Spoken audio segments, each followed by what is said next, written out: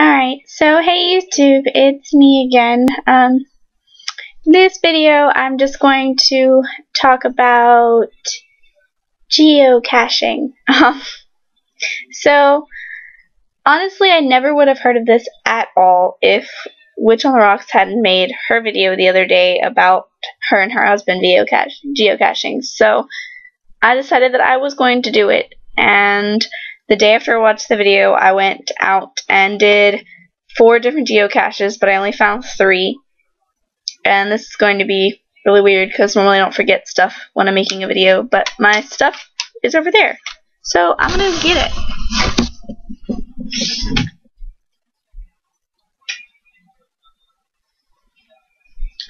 Alright, sorry about that. Oh my gosh. Okay. So, I went geocaching. After I watched her video, I went to the website because I was still kind of confused as to what the whole thing was about. And I read some of the stuff, and then I went and downloaded the program for my phone. And as soon as I downloaded the program for my phone, I was like, I have to do this. So I went the next day with 2 of my friends, well, my boyfriend and a friend, and we went geocaching.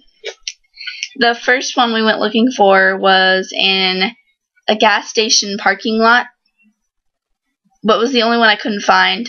But it was really small. It's like the size of a pill bottle, and it was in a giant bush somewhere, and we couldn't find it. So we're like, instead of wasting our entire day here, let's just move on to the next one. And since kind of part of the geocaching thing is to spend as much time outside as possible, we decided we were going to walk to the next ones. So we walked about 2 miles away from the gas station to the cemetery. And this cemetery, I've passed it in my car so many times because it's on the same road as one of my friends lives on. And I've just never thought to stop because I don't know anyone that's buried there. It's not really even next to a church or anything. It's just kind of on a road. So we walked there, and the geocache was in the back corner. And the weirdest thing in the world happened in that cemetery.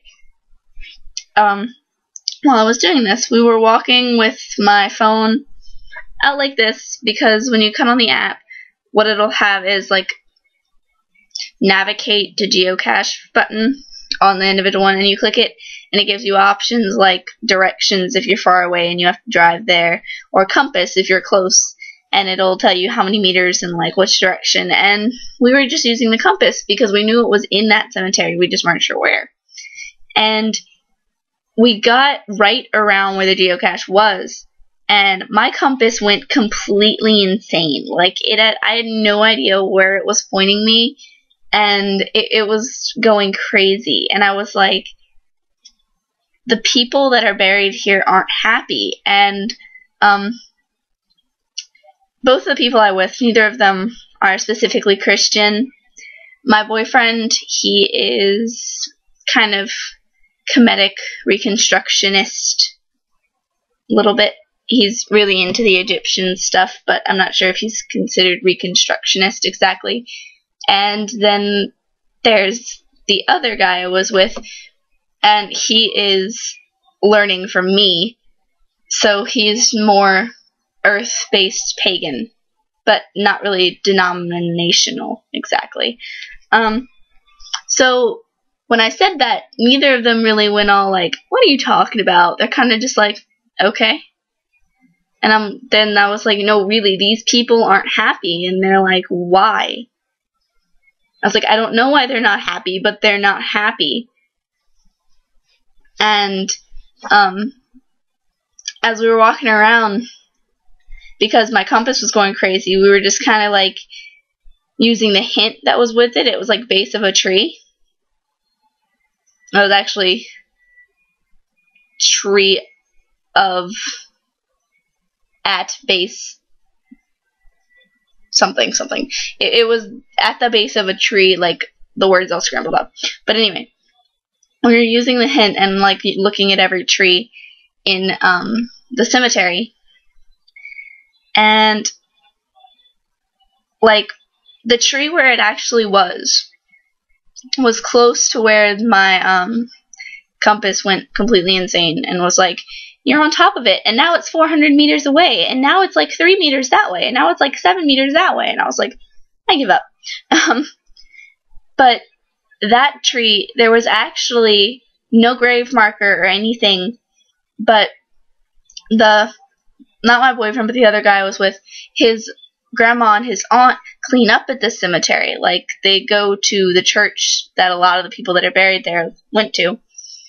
So they clean it up every now and then. And he was like,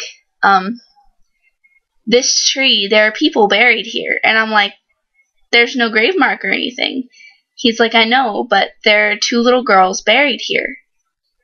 And I was like, how do you know that? And then he told me about his aunt and his grandma. He's like, they were twins and they died in a car crash. And their brother was the only one really left in their family. And he couldn't afford to buy a grave marker, and since they were younger, they didn't have, like, a life insurance or anything. So they're buried at the base of this tree. I was like, so these are the people that aren't happy. So it ended up being, like, me feeling that they weren't happy because they weren't really given the best burial, and they also didn't really die in a very good way. But we did find that one, and that one kind of smelled like something had, like, peed all over it, but that's beside the point. And inside that one, I got these seashells, this one and this one, and since it was twins, I decided to take the 2 things that were, like, because there were 2 seashells, so I took 1 seashell for each of them, and I left behind a, like, it's not real pearl necklace, but it was, like, plastic pearls. I left behind that, and a penny, because in geocaching, if you take something, you put something else back.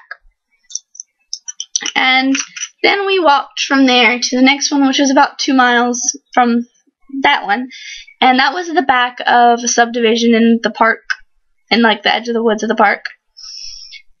And I was really excited about going to that one because I knew what I was going to take out of this one. And out of that one, I took this thing right here. This is a travel bug. It's from the Smithsonian Institution, Washington, D.C., that they have specifically planted from the geocaching website to, it has, like, a GPS chip in it and a tracking number. And you take these and then you'll put them in another geocache, and since I was only doing all the geocaches in one, like, really small area, I didn't put it in another one that day. But this summer when I go on vacation, I'm going to take this with me and put it in one somewhere over there so that it has a good distance on it when it gets picked up again and someone goes and looks at where it's been. I haven't gone to geocaching to look at where it was before I found it, but I plan on doing that before I put it somewhere else. And then the next one was pretty far from where we were, so instead of walking all the way there, since we'd have to pass my car anyway, we walked back to the gas station where we couldn't find the first one, got in my car, and drove to the last one we were doing, which was at a place called Scotts Park. Scotts Park is like the rec park. It has basketball courts and baseball fields and, like, empty spaces that could be used for soccer, except there's no goals, and a little children's playground, and it's right next to a library and stuff like that. And there was the last geocache we found, it was the largest one that we'd found. It was an ammo crate in the edge of the woods behind both of the softball fields. And also it's behind elementary school, so. And that one, oh, I forgot to mention, in the one with the travel bug, I left behind a fortune cookie that said, follow the restless need within to find yourself. I thought that was appropriate for geocaching. And in the last one we went to, I got this little toy, and it's just adorable. It's like a little purple frog. But I got that at the last one we went to and left behind another fortune that I can't remember what it said. I don't remember what the last one said, but Anyway, and for it being my first geocaching experience, I got covered in bugs and scratches and everything. Scratches mainly from trying to find the first one, because I literally crawled inside this bush and was like, I'm gonna find it, but then I didn't find it anyway. But I had a really, really, really good time, and both of the people I was with also had a really good time, and we're definitely going to do it again. We haven't done it again yet because the weather's been kind of gross since that day. It's been all rainy and like stormy, and today there was a tornado warning, so we haven't really had time, but we're definitely doing it again. And not sure where we're going to go next. Probably the other side of the county where I live, because we did like most of them on one side, so now we're going to go to the other side. And I even got, not my boyfriend, but the other guy, into wanting to plant his own geocache, which is kind of cool. So we'll see where that goes. And I just wanted to really, really thank Witchontherocks for exposing me to this, because I think if she hadn't, it would have taken me so much longer to find this, and to find a hobby that actually gets me out of my house. Because I have hobbies, like I sew and I write, but none of that takes me outside. So it's a nice addition to my like hobby list. So that's probably all for this video. It's almost 12 minutes now. But I encourage everyone to go to the geocaching website, www.geocaching.org. Go to it. Just go. Even if going outside isn't something you like to do, look at it and maybe it'll change your mind, because going out and being in nature is one of the most rewarding experiences for anyone. I promise. I really, really do. So that's all for this video. Much love and blessed be everyone. Mwah.